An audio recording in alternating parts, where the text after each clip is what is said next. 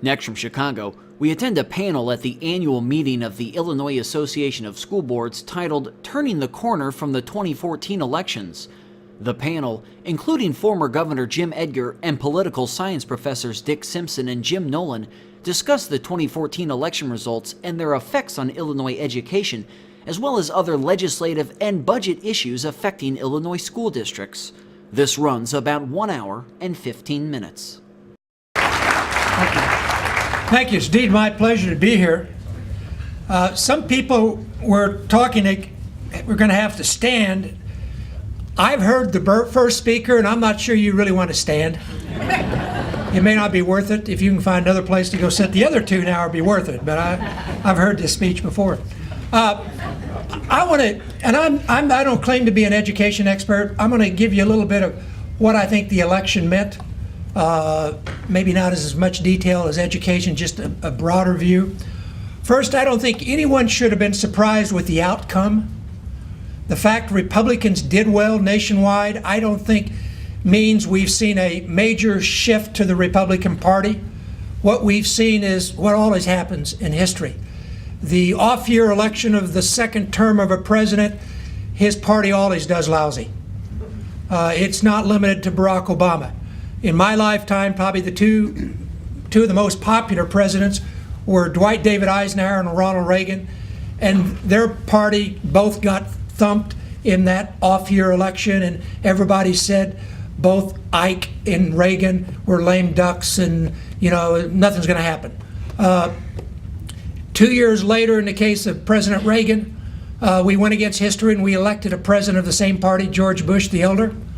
And in 1960, 2 years after the Eisenhower bad election, his vice president, Richard Nixon, might have been elected president if they hadn't been so exuberant up here in Chicago on votes.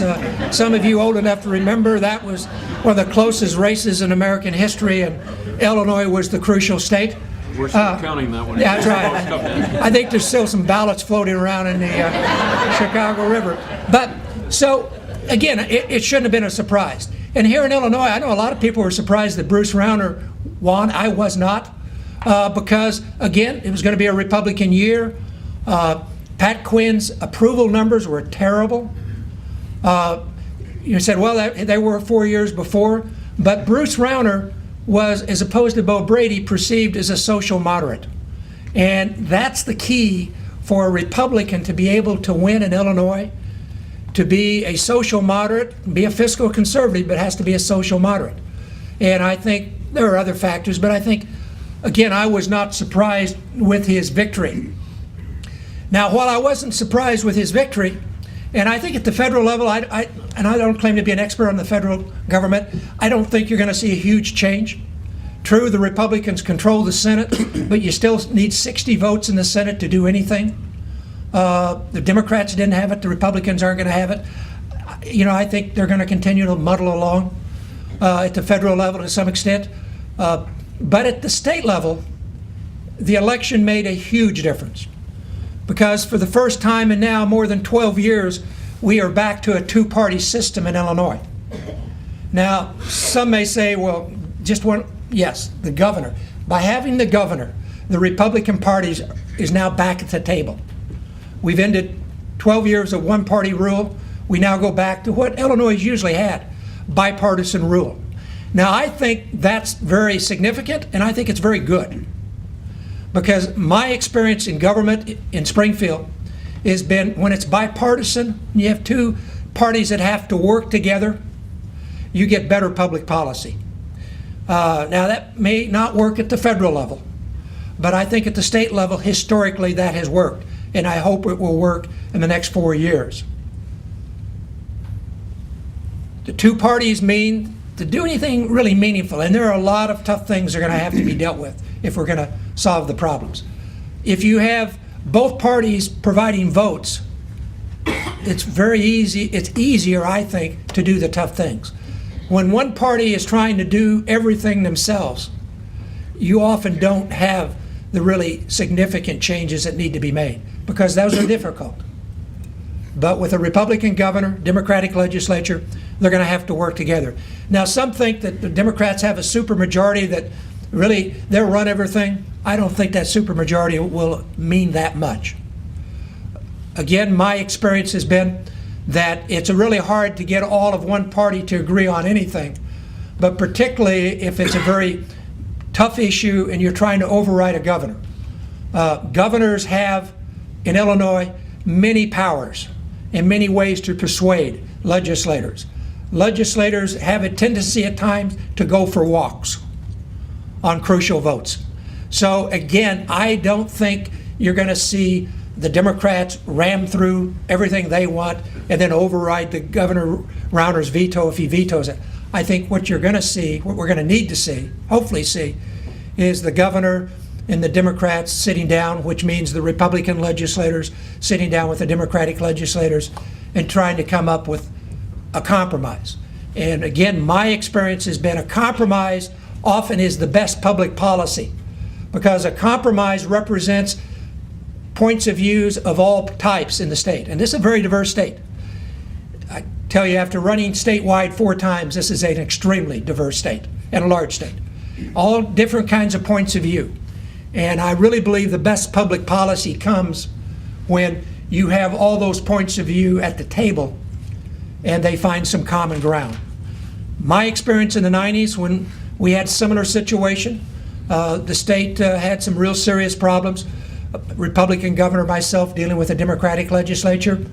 Speaker hasn't changed any, hasn't changed, I don't think, since Abraham Lincoln's time.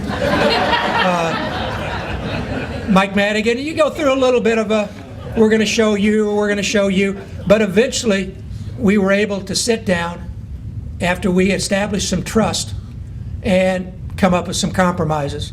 And I think as we look back, the 90s were pretty good years in Illinois, even though we started out in a pretty bad situation. What are the problems this General Assembly and this new governor is going to face? Terrible problems. If you heard from the governor-elect his comments when he was in Springfield yesterday about the budget, he says it's worse than I could imagine. And I don't think he has a clue just how bad it is yet. It's that bad. We have a budget that even Governor Quinn admitted after he signed it, why he signed it I don't know, that was not balanced. And it's going to come unglued pretty soon. That's not even talking about next year's budget, which Governor-elect, then Governor Rauner, is going to have to submit in February. There are many other issues, many education issues you're very concerned about that are important, economic development issues. A lot of those issues I think people would like to deal with. I really believe if they do the job right, they're going to be almost totally preoccupied with the budget problem. And to be very truthful, you really can't deal with some of the education issues until we deal with the budget issue. And that's true of a lot of other areas. Social service programs, health care, it all usually comes back to money. And we don't have any money in the state of Illinois right now. Now, I think it's pretty obvious that they're probably not going to make that temporary part of the income tax permanent, with the governor-elect being in opposition, and I don't think the Democrats are going to hand him an extra $2 billion on their own. So that's going to aggravate the situation even more. I hope that by the end of May, when the session's supposed to adjourn, that we will see some coming together on these issues. There's going to have to be some compromise on spending. I think we're going to have to make some cuts. Everybody's going to have to feel some pain, and I think they're going to have to find some additional revenues. And there is no silver bullet. Those who say we're just going to eliminate waste in government, we can solve this problem, that ain't going to happen. Even if you could identify the waste, there's not enough waste to eliminate all the financial problems we face. Some will say, well, it's the state workers' problem. You can eliminate all the state workers, you're not going to deal with this budget problem. And on top of the problems we know, we suspect that they're going to get the pension back in their lap when the courts find it unconstitutional. I think it was unfortunate that 3 years or 2 years ago they passed a bill which I think, of course I'm not a lawyer, so I have pretty clear feelings what the Constitution means, and I think it was clearly unconstitutional. But that's going to add to the challenge. I don't know if they're going to resolve that this session, because I don't know if the court proceedings are going to be done by the end of this session, and I think they'll wait to see what the final word from the Supreme Court is. But that's going to be hanging over them as they deal with the rest of the budget woes. Bruce Rauner has the luxury. We were talking earlier. I've known a lot of people get elected governor. I've never known anyone get elected governor who was able to get through the election and promise as few things and say as few things as he did. Now, you know, I didn't think he'd get away with that, but I'm glad he did, and I tell you why. I wish I'd have had that flexibility when I became governor. Because you say a lot of things in a campaign that you regret later. So the fewer things you're hand-tied on, I think the better. Now, I try to be an optimist because I've been so pessimistic the last 12 years that I'm tired of it. But I really think that we have an opportunity in this state with a new governor. And let me just say, the governor has to be the leader. For many years, we heard people say that Mike Madigan's the most important person in Springfield. Now, Mike Madigan actually is a friend of mine. We had our differences, but we also worked together after we kind of worked out our differences. But if he's the most powerful man in Springfield, state government won't work. State government in Illinois is designed for the governor to be the most important person. And I think we now have an opportunity maybe to return to that. It's also crucial that the governor and the legislature are on cordial civil relations. Now, I have to say, I was a little nervous watching some of the commercials in the campaign and wondering just how the Speaker and the Senate President were going to react to the governor-elect. But the most encouraging thing, and one of the reasons I'm a little optimistic now, is that they had a meeting last week that went for over an hour and a half. Now, they didn't resolve anything, but just the fact they talked for an hour and a half in a very civil manner, I think bodes well for the future. I think everyone in the leadership are professionals, and I think they're adults. And I think they understand we have some serious problems. We now have an opportunity to come together and to deal with some of those problems. Now, let me just touch briefly on education, since that's what you want to hear about. I don't know of anyone in my lifetime who's been elected governor who I think is probably as passionate about education issues as Bruce Rauner. Now, that's the good news. Now, the bad news to you, I don't know of anyone who's ever been elected governor who's as passionate on what he believes about public education. He has some pretty strong views. I don't know exactly what they all are, but I know that's an area that he has spent a lot of time, a lot of resources, and he cares a lot about. I think that was one of the major reasons he ran for governor. So he is going to have some thoughts on how we ought to do public education. I think some you'll like, some you probably won't. But I don't think you're going to be ignored in the next 4 years by this governor. Now, I don't think he's going to be able to make that the #1 priority right off the bat, because I think he has to deal with the budget crisis, or all these other things just won't get done. But I do think that you're going to find him much more engaged on education issues, probably have stronger opinions than many of us in the past have had. And your people who represent you in Springfield are going to earn their money.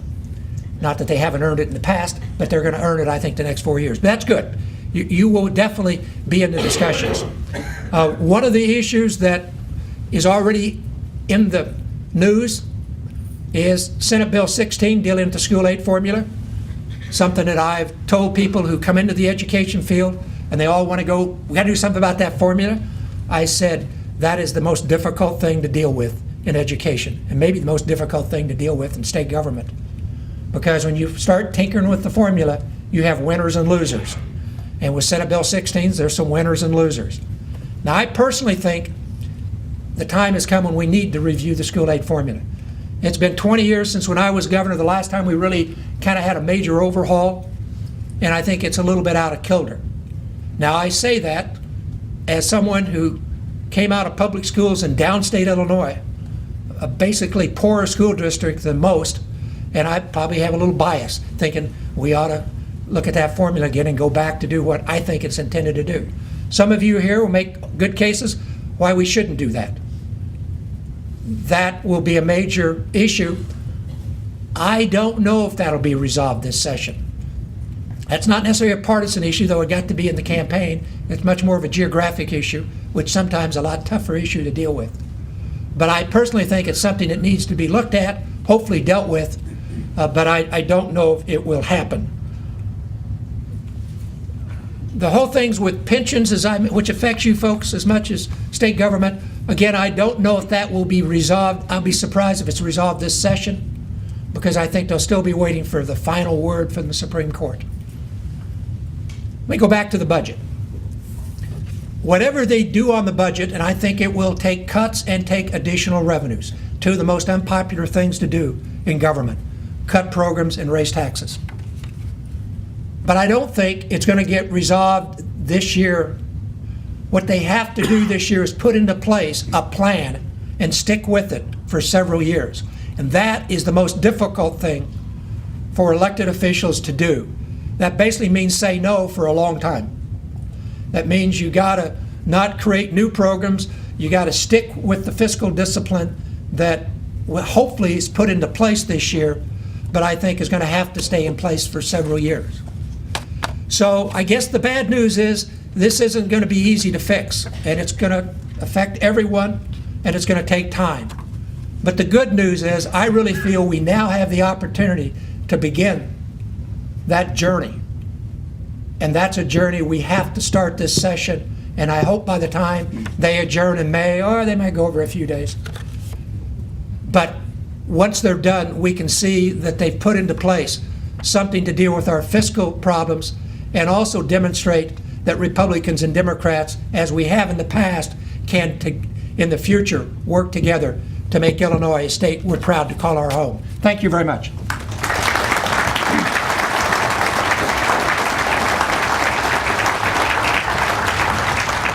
Thank you, Governor. And he did say that he thought Rauner was going to win. Now, you don't know that I know this story, but I just heard this morning. But apparently, Governor Edgar and a few of his former staffers had a discussion about a week before the election, and there was a little wager made and about who was going to win. And sure enough, Governor Edgar won. They thought it was all in fun, and then he called the next day and said, "Hey, when are we going to lunch?" And then the words of the staff was, "Who does that?" That's what he said. Dick Simpson has been a teacher, professor, researcher, and writer during his 46 years at the University of Illinois at Chicago. During that time, he has received the highest awards given for teaching at the university. Dick, who holds a PhD from Indiana University, has focused on Chicago politics, elections, and public corruption. He has been widely published and is often relied upon to share post-election political insights in Chicago and across Illinois. So please welcome today, Mr. Dick Simpson.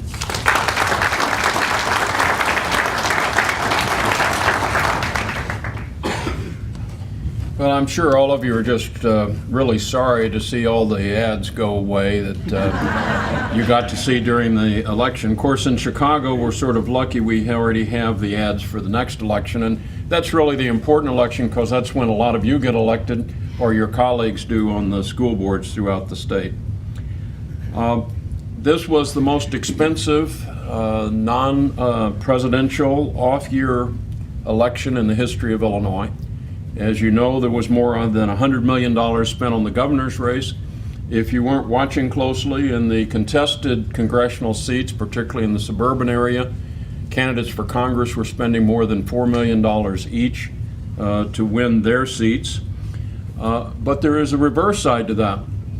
There were basically no state legislative elections held this year, both in the primary and the general. Only one incumbent legislator out of all of them who decided to run for re-election wasn't elected. Let me start with Washington and a little bit about what the election in Washington means. You had a very major change. The Democrats, as you know, Obama won in 2012 and won the popular vote, won the Electoral College vote.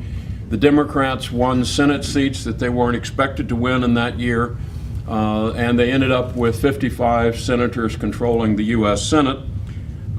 This time it was almost a reverse switch. We still have some Senate races that are being decided in runoffs, like the Louisiana race, but the Republicans will have about 55 seats when it's all done. So the Senate has literally flipped over.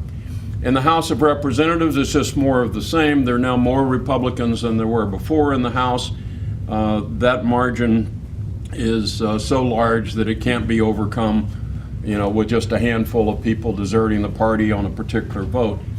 What that might mean for education, don't expect a check in the mail anytime soon. I've been talking to some of the people who work, for instance, in transportation, and what they're beginning to figure out is they better not count on Washington even to fund transportation, which they do much better than they do education. They better, for instance, Metra for the first time is beginning to figure they have to have their own capital budget out of their own revenues. It's not just going to come from Washington. And so if I were in your position looking at the schools, of course the schools get very little from Washington, but even that little is in jeopardy, both because the Republican Congress is going to be very conservative, and even if they weren't very conservative, the fights over the budget, if they ever can adopt a budget again, between the president and the Congress are going to be difficult. And yes, if you ask any of the congressmen, education is the thing they care most about in life and all that stuff, but don't expect the check in the mail. In Illinois, the balance in the congressional delegation is interesting. The Democrats, as Governor suggested, were in control. They were very much in control at the time the districts were drawn, which is why there were no legislative contests in the state legislative races this year. And in the congressional districts, there was a switch. And the 2012 election, right after the redistricting, the Democrats won really big. And so we went to having 12 Democrats and 6 Republicans in the congressional delegation. To make a long story short, and I'm sure any of us would be happy to talk about particular elections and what happened where, but that is now switched to a 10-8 split, which is much more like the actual population of Illinois. There are 10 Democrats, 8 Republicans.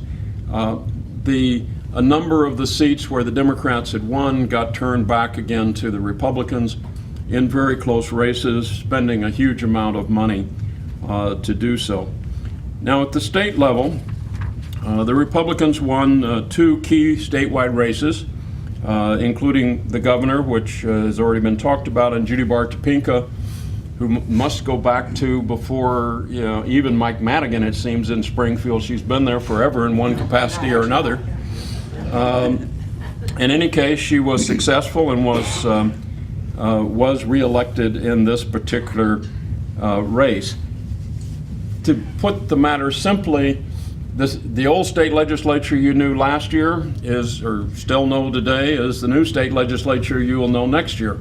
The balance between Democrats and Republicans is basically the same. Just to make it simple, the Democrats have essentially a 2-to-1 majority in both houses, give or take a fraction of the numbers. So as Governor Edgar suggested, since the Democrats completely control the legislature and the governor completely is the governor, and they're 2 different parties, somewhere along the line they are going to have to come to a compromise. Now, last year, the legislature, because there was going to be an election coming up, was unwilling to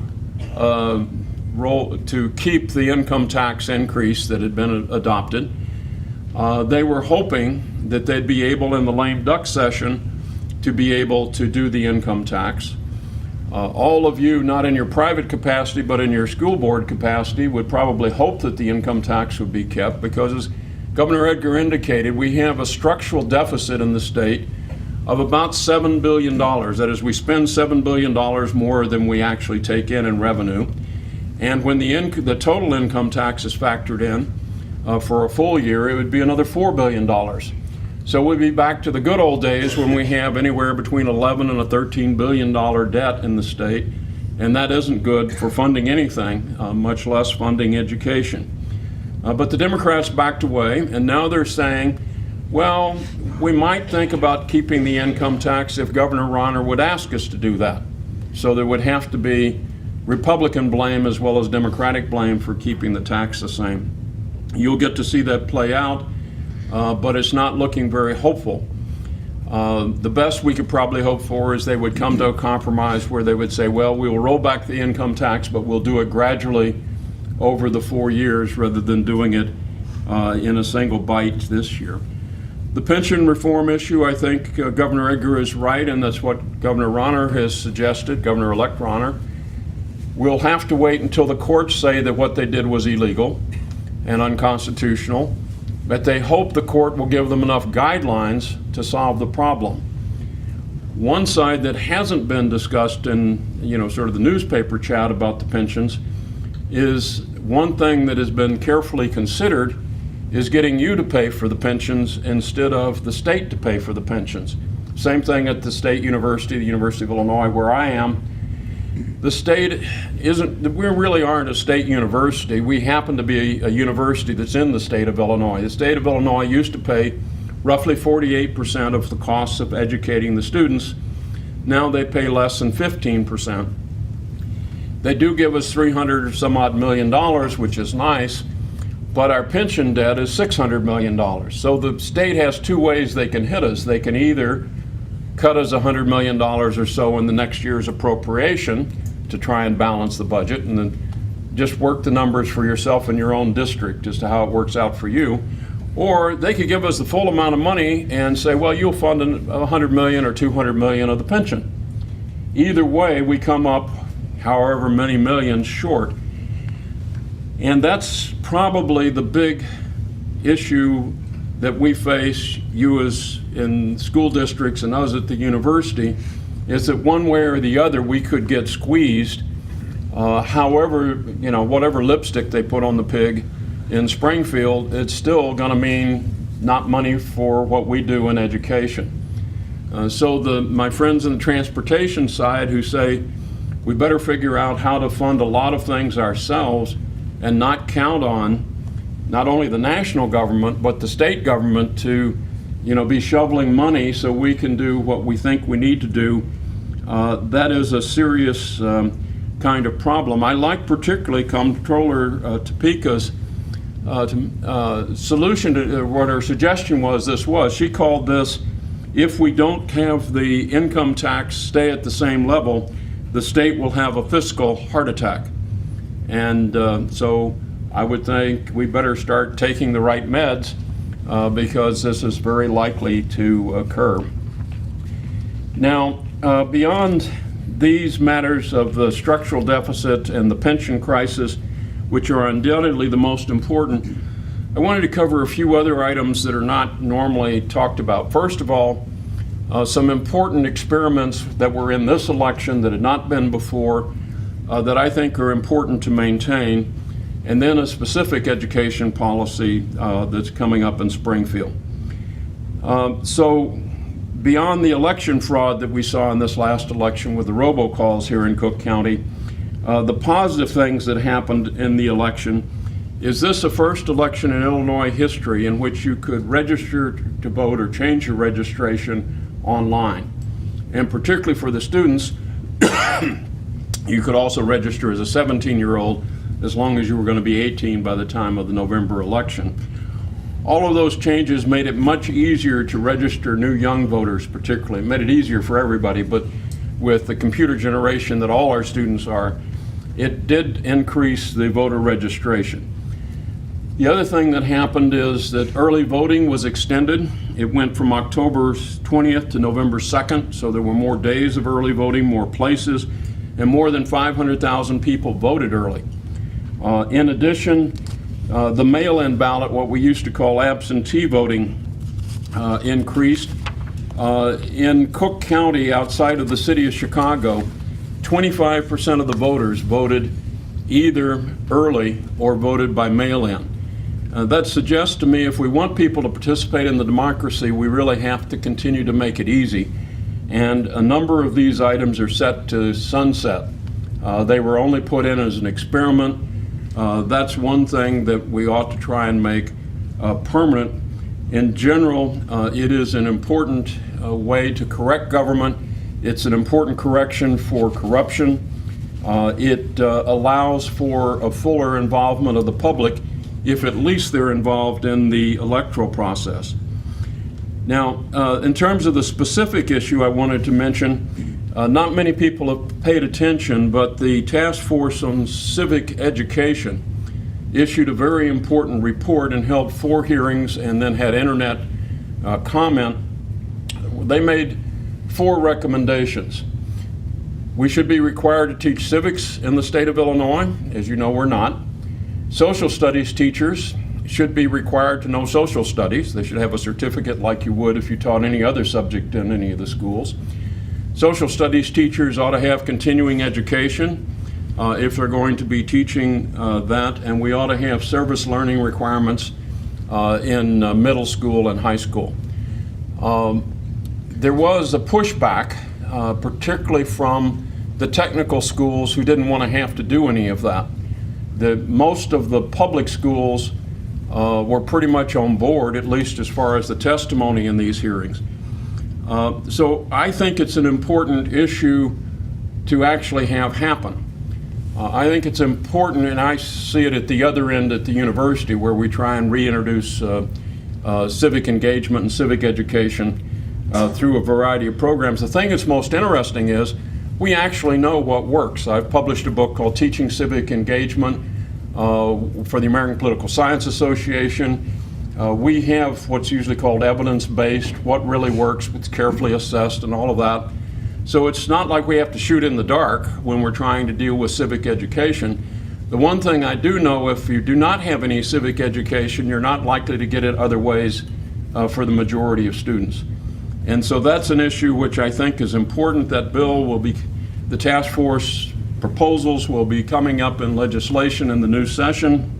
And I think that's something that all of us in education ought to be concerned with. Second thing is, was mentioned, I've spent the last 7 or 8 years studying corruption. I have a new book called Corrupt Illinois, which comes out in February, which will detail the lovely history of our state from the time we were a territory to the present. And just to give you an example, in the state of Illinois, since 1976 to 2012, there have been 1,913 public officials go to jail for corruption. By the way, it occurs in the suburbs. It's not just the evil city. The suburbs has had what we counted as more than 150, nearly 200 officials in 60 different suburbs convicted by the federal government in major trials of corruption of all sizes and scales. Just use one example. Comptroller Credwell in Dixon, Illinois managed to steal $53 million. I was stunned. I didn't know there was $53 million to steal in Dixon, Illinois, but apparently there was. I think particularly the book which was done by Pat Collins, which is a reading level appropriate for high school, ought to be adopted in the schools and ought to be taught. I think we ought to teach the existence of corruption, the cost of corruption, and the cure of corruption. We did something similar with Daniel Burnham back in 1909 with the Wacker Plan, which is then taught in middle school for the next 20 years. And Chicago would be a dump if we hadn't done that and created the civic base for change. So there's good news and bad news in the election. Besides the good news that it was over. We have a new government. It is a divided government. It is one in which we have no choice but to craft a common solution that we can come closer to agreeing to than we have in the past. The bad news is don't wait for the check, either from Washington or Springfield. The check may be in the mail, but it's probably lost. And we have to find ways to do what we do better and more effectively and more cheaply, and we have to raise our own money. Yes, we like the state formula to be fixed, but most of all, we're going to have to work out our own formula for being successful in educating the population of Illinois.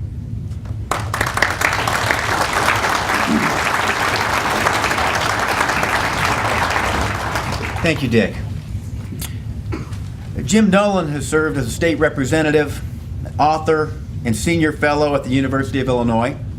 He currently is vice president of the Illinois Executive Ethics Commission. I'm busy. And a publisher and writer for Stark County Communications. He is the co-author of his latest project, a book titled Fixing Illinois. And Jim holds a PhD in political science from the University of Illinois. Please welcome Mr. Jim Nowlan.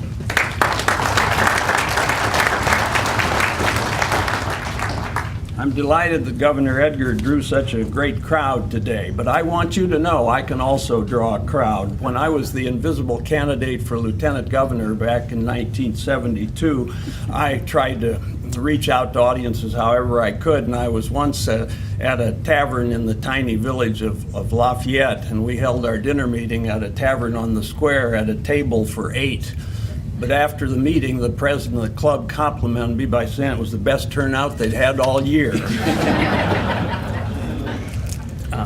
I'm going to go quickly because I know you want to get to questions for the governor and maybe for Dick and me, and so I'm going to provide some detail on the budget situation, make some comments about school aid reform, and then talk about budget and revenue reform, and try to do it in a relatively few minutes. Governor-elect Rauner, in less than 3 months, will have to present a budget that is with $4 billion less in available revenue than is in the present $35 billion general funds budget, and that will be impossible for him to do. Let me give you some background as to why that will be impossible.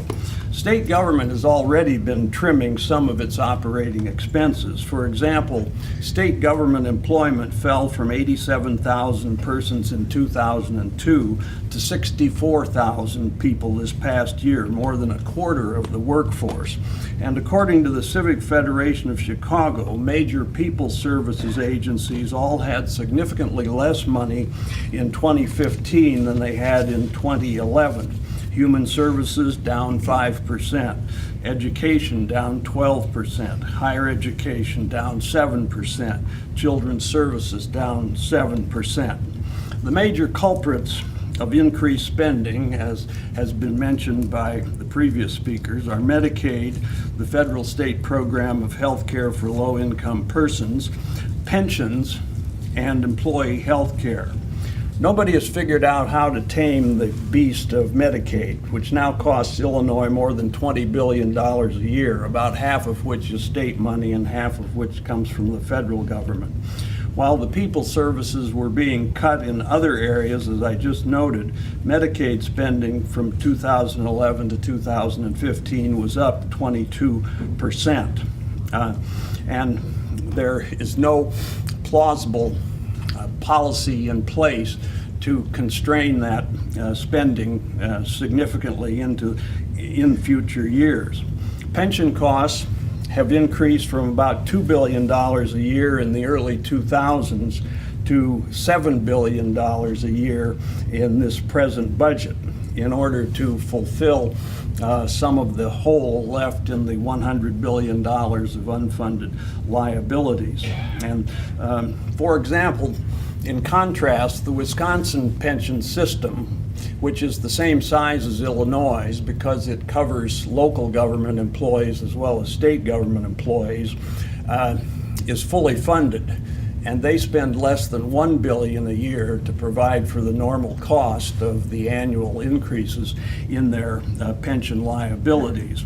And so the $7 billion we're spending now versus the $1 billion is about $6 billion that we will not have available for education and other people's services. And those higher costs will persist for decades as we try to remove the unfunded liabilities. Where to cut? Pensions.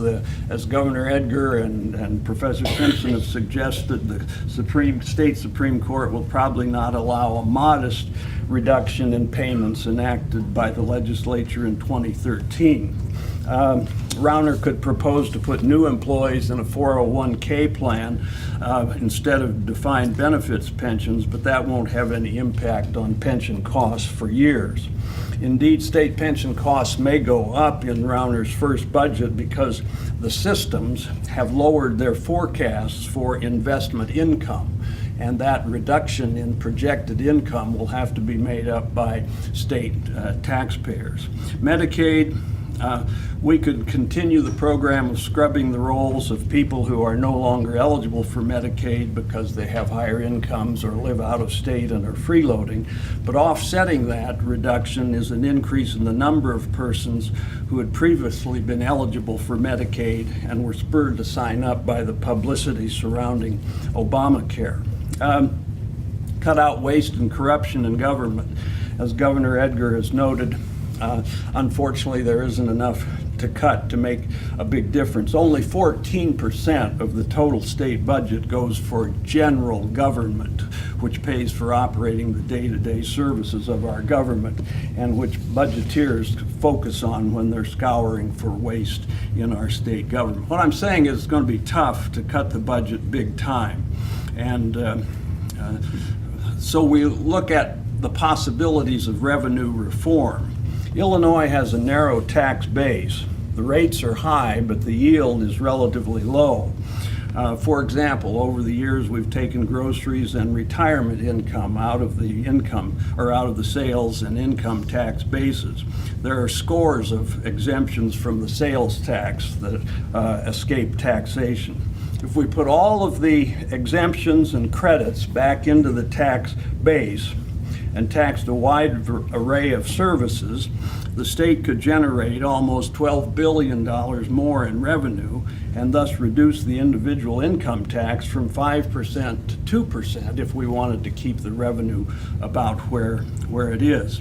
But actions such as that would run afoul of an iron law of politics, which is you cannot take back something once it has been given. For example, who in the legislature would you get to sponsor a bill to tax retirement income, even though such income was taxed originally when I voted in favor of the income tax in 1969.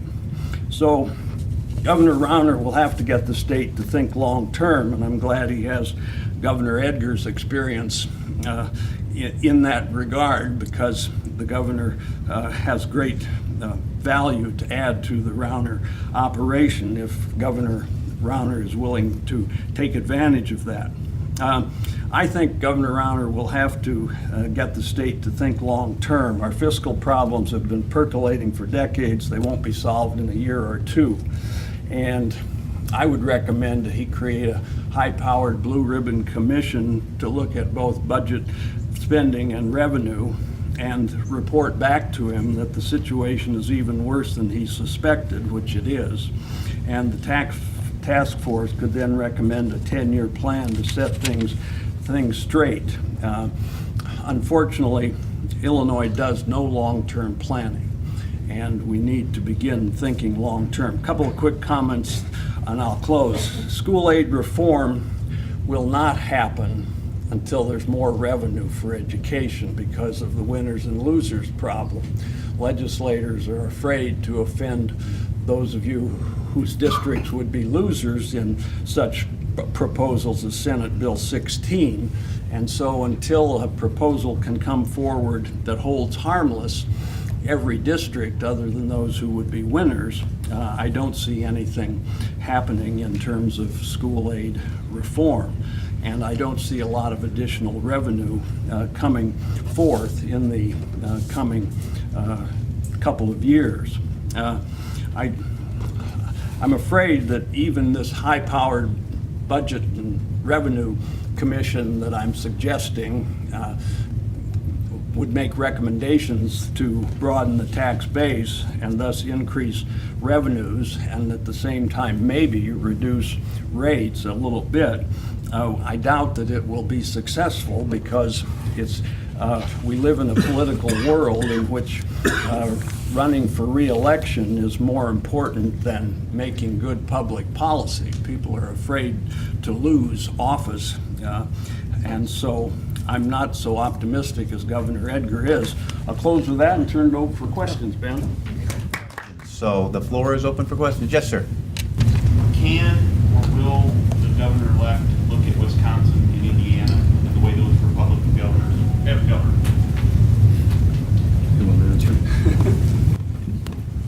Let me first of all say, none of my comments in any way reflect the position of the governor-elect. I am on the transition committee. It has not met. And so don't think anything I say is what Bruce Rauner thinks. He has said many times in the campaign that the past governor of Indiana is his model. The president. Yeah. First name. Mitch Daniels. Mitch Daniels. I say that. That's who I was for president. He didn't run last time. But anyway, maybe that's why I didn't run. But Mitch Daniels of Indiana, he said, is his model. And, but let me just suggest to everyone here, Illinois and Wisconsin may be next door, but they're a lot different state than Illinois. And they have a lot different history, they have a lot different makeup. So it's really tough to do things in Illinois like they do it in Indiana. And I suggest there's some things they do in Indiana we don't want to do in Illinois. But it's a tough thing. But I do know that he, particularly Mitch Daniels, he's mentioned many times that that's his role model as far as a governor. And that's a pretty good role model. But I'm not sure Mitch Daniels could have done what he did in Illinois that he did in Indiana. It's just, they're different states. Did anybody hear the question about the pension COLAs and how that all equals out?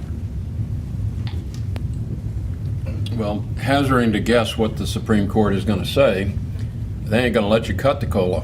So fine, whatever you think about it, and whatever math you want to do, but I just don't, if we can't even change the health benefits that come to retirees, I don't see the courts allowing you to change the COLA. But if they do, then you could begin to factor that in and begin to decide on it. Taxing the retirees is a different matter, and it isn't a constitutional problem.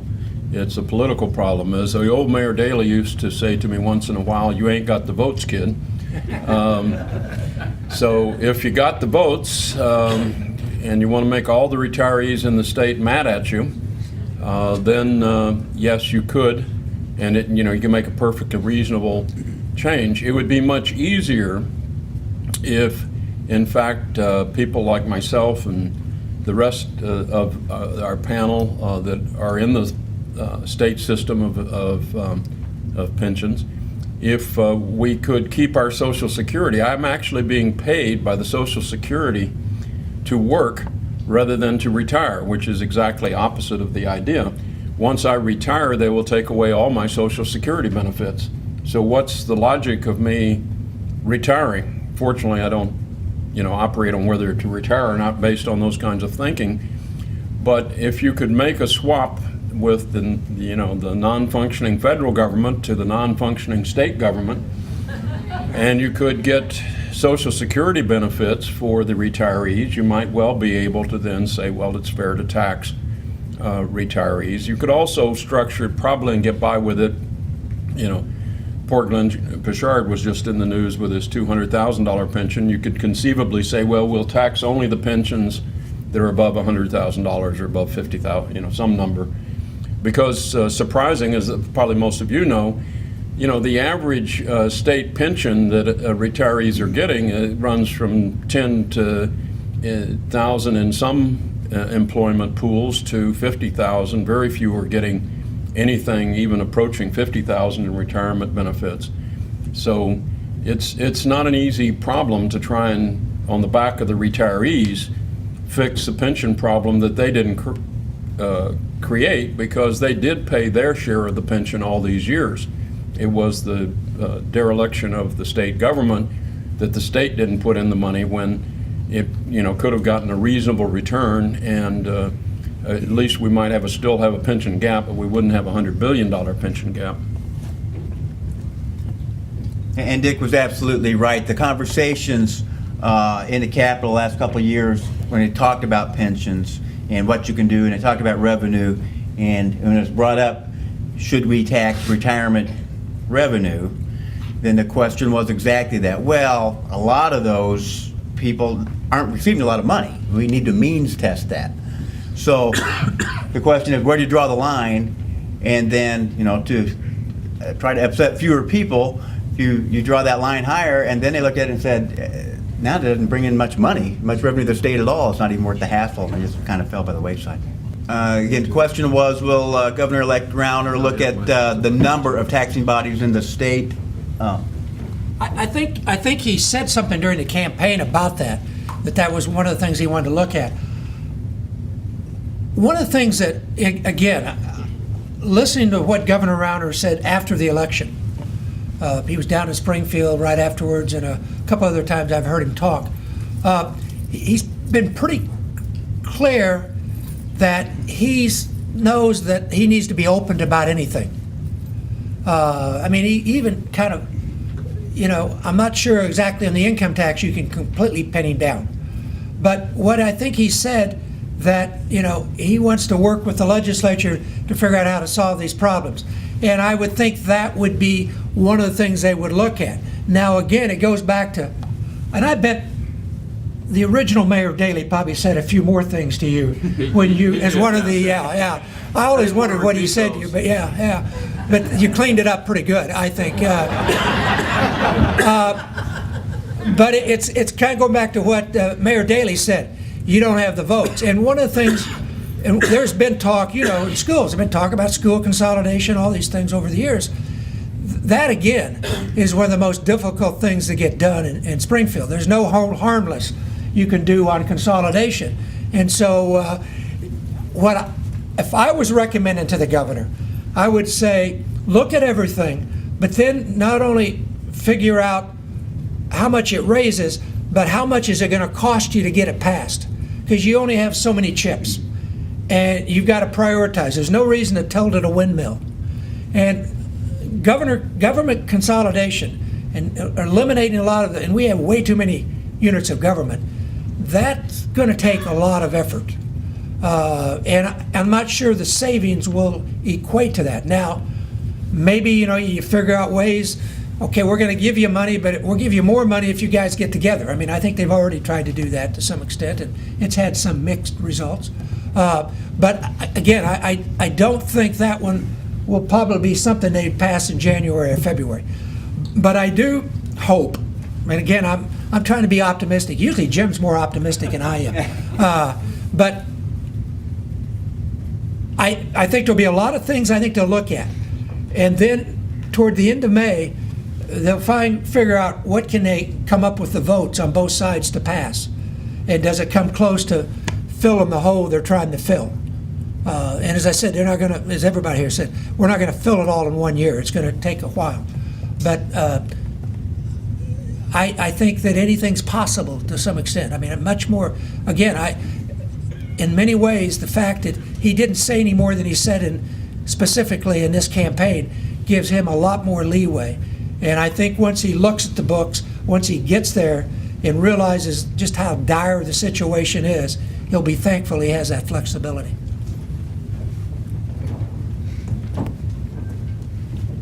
I've long been in favor of consolidating the governments. There are 540 governments with the power to tax in Cook County alone. There are 1,200 in the metropolitan region, 6,000 in the state of Illinois. We could get rid of half of our governments and we would still be the most governed state in the union. The next closest is Pennsylvania, which I think has 3,000 units of government. We're that much bigger. So, if I could wave a magic wand and get rid of government, townships are the ones that are a good example, or the 4 mosquito abatement districts in Cook County. I didn't know mosquitoes needed that much government. And if they did, I didn't know why the health department of the county couldn't figure out how to throw DDT in the water. But maybe it's beyond their capability. But what could be, trying to pass a law that school districts have to be consolidated or of a certain size or whatever, that is heavy lifting. Half the people in this room would be against it, depending on whatever size they, fixed. A number of people would be very loyal to the local districts, not the mosquito abatement districts, but the real districts that exist. The things that could be done, though, is it's very difficult to consolidate a government in Illinois now. It takes a special law in most cases. Evanston just went through that process and had to have a law in Springfield to be able to do. I mean, Evanston, the village, and Evanston, the township, are exactly the same configuration. They're governed by exactly the same members of the city council wearing a different hat. So consolidate, and they figured out consolidation made sense. They would save money. Still required a special state law just to make that change. So the one thing that could be done is you could make it very simple to merge, and perhaps you could even allow initiative or things where the citizens, if they felt they didn't want to continue to pay for 2 governments or 5 or whatever, could by referendum or initiative do it. You could also do what Governor Edgar suggested. Money is a very powerful tool. So if you could say to a school district, you know, if you merge at a certain size, we'll give you twice as much money from the state, well, you'd probably, you know, think about that a little, particularly if it was a tight year. So there are ways that we could encourage. Right now we discourage the consolidation and the elimination of government. We could turn that around and encourage it, and that is something that would be conceivable. There are a few state legislators who have thought about this, particularly in the metropolitan region of Chicago, where it's really run amok, and it makes it much more difficult to get to the scale and the scope we need in the metropolitan region to plan together and to more effectively govern. So I could see many things that would be that state legislators would be in favor of. Again, whether you want to spend your political capital on that, if you could spend the same political capital and solve the budget problem or the income tax problem or the pension problem is a different matter. But I do think the idea of it is good, but if you're looking for the state government to come and just say, you're going to be merged now, this is the new configuration, they're not going to do that. Yes, sir.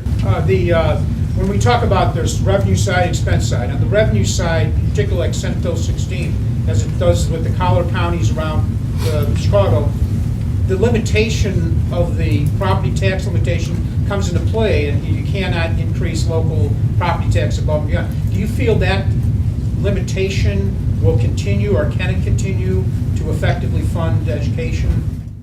I'll take the blame for the tax caps. I said I was going to do that in the campaign. We actually got it passed, and I think they worked, but that's 25 years ago.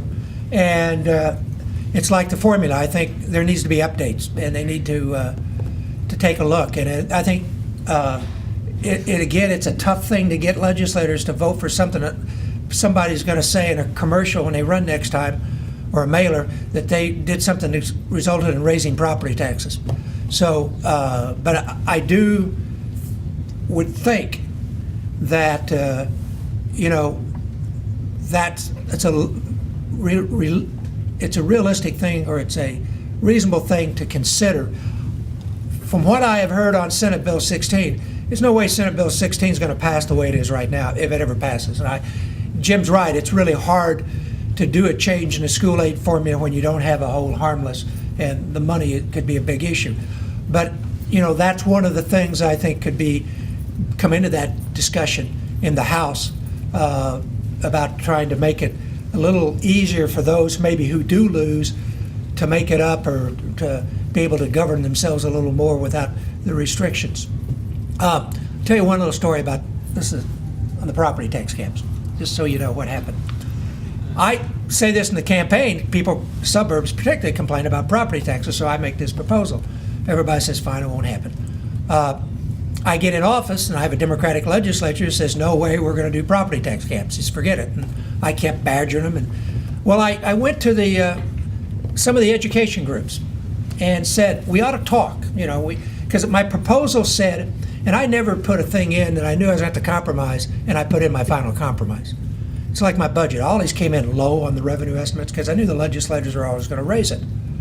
So you don't give your final compromise position when you start out. So tax caps, I said, I can't remember the exact, but it'd either be 5% or the cost of living, whichever is less. Well, I figured, well, I'll compromise on it. We'll give them at least 5%, but I wasn't going to do it to start with. Well, they never would come and compromise with me. I remember the IEA told me, we won't compromise with you because we got the bill killed. The Democrats will not let that bill out, so why should we compromise with you? Well, we got into the budget crisis over time, and all of a sudden the Democrats realized they had to have my agreement on things, and the thing they gave me were the property tax caps.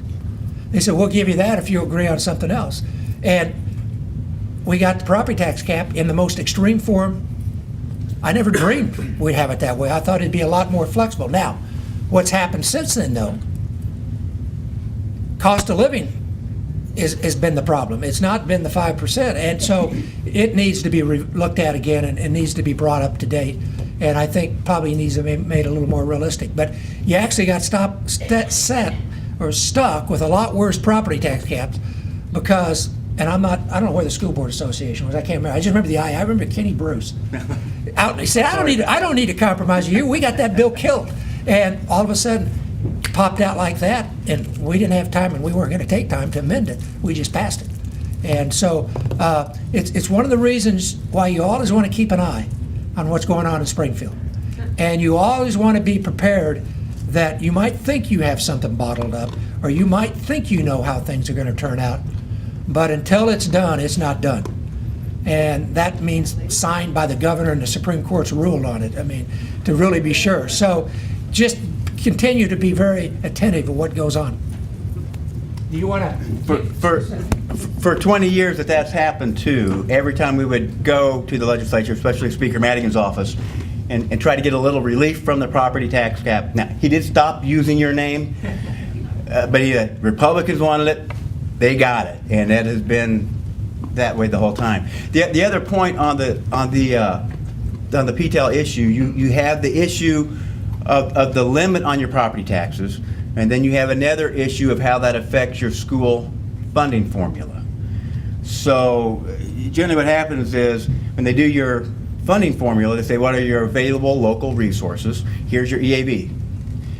But you're capped, and you don't get to access this much, you access this much. But under the formula, they still say you have access to the higher amount, so actually you're getting hit on your local access and in the formula. That's why they put in the PTEL adjustment that was trying to make up for that. That's what they're talking about in Senate Bill 16 that they want to get rid of. So that's kind of probably made that more confusing. But yes, sir. Do you see Common Core being an issue that's going to be brought up Where, in Washington or in Springfield? in Springfield? Common Core was the question. First, we don't use that term anymore, from what I understand. But We know what it is. who wants to take a stab at that one? I mean, generally the way that works, and there's a lot of misinformation around that when they were saying, well, the General Assembly adopted the new Common Core. The General Assembly did not adopt it, and they did not have to. State statute allows the State Board of Education to use the standards that they want. And then they did change to what was then called Common Core, and that got a little hot, so they just stopped using the term. But those are adopted by the State Board of Education now. Those are in place, so I don't really know where we're kind of there already. Well, Tennessee just announced in the last week that they have Senate Bill 4 in Tennessee where they want to repeal. Indiana's repealed. I'm just curious, is that an issue that's going to be brought up? It could be. You haven't heard as much about it you have in a state like Tennessee or Indiana. But it does underscore one of the things I did not mention, that you got a new governor, he appoints the State Board of Education. You have a new governor who has some strong feelings on education. So and the State Board of Education picks the state superintendent. So there are a lot of things. The new governor will impact education that really doesn't have to go through the legislature. It's not tied to money. And so I think they will be the ones that would be the point person. If I was a legislator, I'd keep saying it's the State Board of Education's responsibility. And try to, I never wanted to take on more than I had enough I had to worry about. I didn't want to take on somebody else's problem. And but that is, and again, I don't know if I've ever heard, I don't know if I've ever heard him make comments on that. It was interesting on the national level. Jeb Bush came out very strongly to keep that the other day, which surprised a lot of people because the resistance is coming from the more far right you go in the Republican Party, the stronger the resistance is coming. And that people were surprised, and I was impressed, if he's thinking about running for president, that he was willing to. But he was also one of the authors. You got to remember, this was pretty well drawn up by governors. This didn't come from the federal government. This really came from state government. And so he was one of the very active in that. I think he's kind of stuck to his guns. But I don't know, I don't think I've heard Bruce Rauner make comments on that. But again, he will appoint the State Board of Education. They will determine who's going to be the superintendent of schools. So again, could be a factor in that. Yes, sir. For the governor, while you're up, so you don't have to jump Yeah. up and down. I need to exercise. Since you were part of the administration from the past that agreed that the State Board of Education should be an arm's length with the governor rather than under the auspice of the governor, are you gonna, should I say, prod or maybe push Governor-elect Rauner to maybe add that extension so we do have a clear checks and balances, unlike the late governor incarcerated Blagojevich? Yeah. Well, you guys forget, I put a proposal in that we change the State Board of Education and make it a cabinet position under the governor. Now, I got stopped on that. Some of my friends I thought were with me disappeared. And I did learn how to count, and I quickly dropped that proposal. But, I think there are many things in education that you need to be careful about mingling partisan politics with. There's some you can't. Broad policy. I think on that, if we're going to keep the State Board of Education, then the governor ought to pick who he thinks is the most competent, qualified people, then let them do their job. That's kind of my opinion. If we're going to keep the State Board of Education where they're at. I still think there's something to be said for having that as a cabinet position to the governor, because I've seen too many governors say, "Oh, that's the state board's responsibility. I'm not going to worry about it." Well, you got to keep the governor involved in education, and so that was part of the reason behind my move at that. But if we're not going to do that, and I don't think that's going to probably happen, particularly with the split in government right now, they're not going to give that to the governor. Then my recommendation is you pick competent people, then you let them figure out who they think's the competent person to be state superintendent. Same thing with higher education. You pick competent board people for the universities, and then you let them figure out who's going to be the president. You let them determine the day-to-day run-ins of the university. You've got enough things to do. You don't need to get involved in that. Because if you get involved, then you do run the risk. It was the argument when I wanted to make it a cabinet position. This will bring partisanship, politics. Now, I've been around universities. I got to tell you, partisan politics is a lot easier than education politics. The only thing worse is religious politics. I'm just surprised it took that long to get a Blagojevich reference today. That was all. Yes, sir.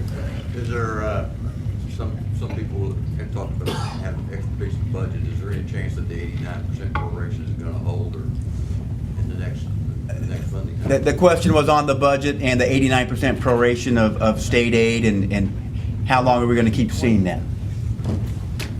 I have no hope of going up. I'm just hoping it's not going down. I don't know what will happen, but a number of us have been adamant that there be a change from a percentage, the 89% being a percentage of the school district's state aid, which penalizes districts that receive a great deal of state aid. In other words, if your school district receives $2,000 per pupil and you take 11% off that, you're taking $200+ away from that school district per pupil. Whereas if you're New Trier and get $200 per pupil from the state and take 11% of that away, you're being cut only $20. And that seems to me manifestly unfair to the school districts that have a low amount of spending per pupil and receive a significant amount from the state. And there have been a number of people who have encourage a change to a per pupil rather than a per district proration, or something that's more progressive than what we have now. We have some schools in our area that are 8% state aid. Yeah, well, you're being hurt a great deal more than those who are 5% state aid. So if it didn't move fast in Chicago, we have a TIF for it. You know, one of the blighted, you're sitting in one of the blighted areas that has a TIF because it couldn't possibly develop any other way. And of course, the school system gets no increase on the taxes for 23, 25 years, depending on it, for 23 years for the structure of it. What we've begun doing in Chicago, although it's not announced as sort of an official policy, is we use the gigantic TIF, total TIF budget. I can't remember now how many TIFs we have. It's gotten so great. I think it's 130 or something. We take all that money, and then the mayor uses it as his bank, his piggy bank. And so yes, he's given back a few $1 million to school, to early childhood education, or to special projects that he thinks are worthy. But it's nothing near what the money in the TIF is. So just a little bit of background. The reason we use tax increment finance districts is it's the only economic development tool that's left that has any money. If there were any other tool possible, we would use it instead. Now, this is really, you know, a hammer making every problem in the world look like a nail. We just don't have, it was a creative tool.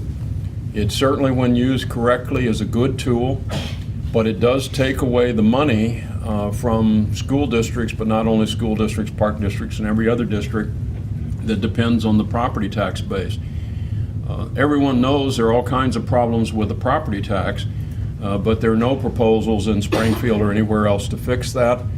I really don't think there's going to be legislation in Springfield to fix the TIFs, and even if there were, it's not that easy to figure out what that legislation would look like. I don't think you really want to be micromanaging whether they can have, you know, a sidewalk repaired on Lawrence and Lincoln in Chicago. So it's a difficult problem, and the only thing I can think of that would be useful would be to exempt schools from having their property tax locked into the TIF. I think that would have some legs. I think it would be a proposal that you could defend. And it would be a huge amount of money in a place like Chicago, but it'd be a significant amount of money anywhere that they use TIF districts. I've never heard anyone propose it. I don't know that there's ever been any legislation to do it. And if it were only school districts and not all the other governments, I think you might get by with it, but I don't see it happening. Yes. You mentioned, Mr. Simpson, about the TIF earlier, that maybe we could have some legs with this exempting property tax for the schools. I'd like to ask Governor Edgar to try to keep that at the top of his list, because it feels to me, as a board member for 8 years now, that a lot of people don't understand that the simple fact is your school district is the biggest economic driver you have in your community. The mayors don't always get it. The stakeholders don't get it. We can't educate our children to be able to work for the companies that live in our communities. We're not going to do anything better. So please keep that at the top of your list of ideas to consider. Can you get that passed, Jim? Let me make a comment on that. You know, again, I'm not sure I'll have a chance, but I will remember that I got told to do that.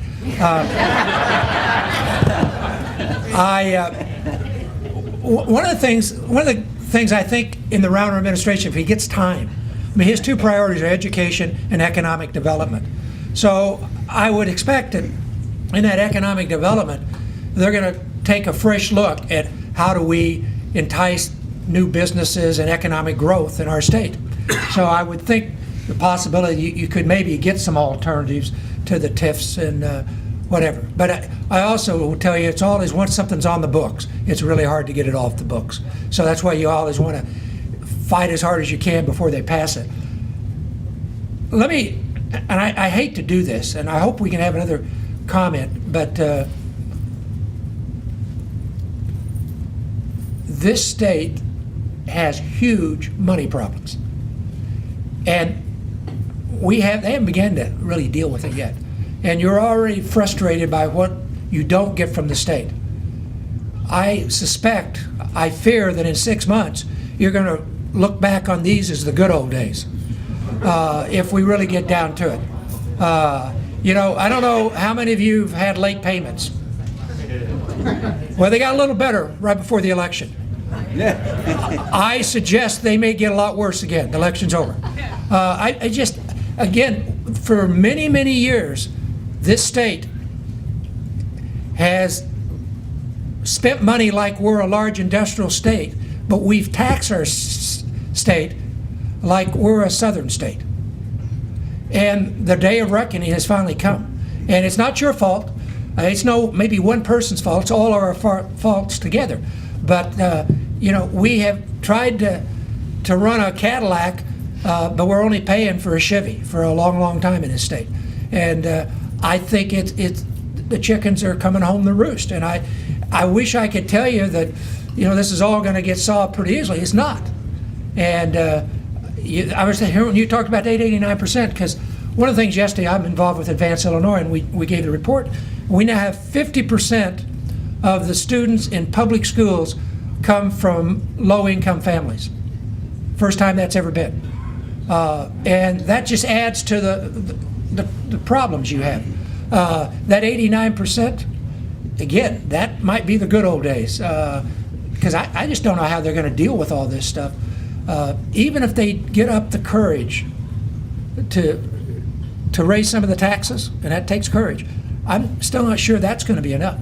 This is just going to take some time, so be ready. Well, I was, but you guys are making me pessimistic. I do think we'll start, but I don't want anybody here to think that it's going to get all rosy by the end of this session, or it's going to take some time. But we've got to start sometime. We can't, for too long, we've just been kicking this can down. And, fortunately, we don't have a printing press in Springfield, but they've tried to figure out how to get around that. I just think those days are over. And so be prepared. You're watching the Illinois Channel, an independent nonprofit corporation formed to provide gavel-to-gavel coverage of Illinois state government and other public affairs events taking place across Illinois.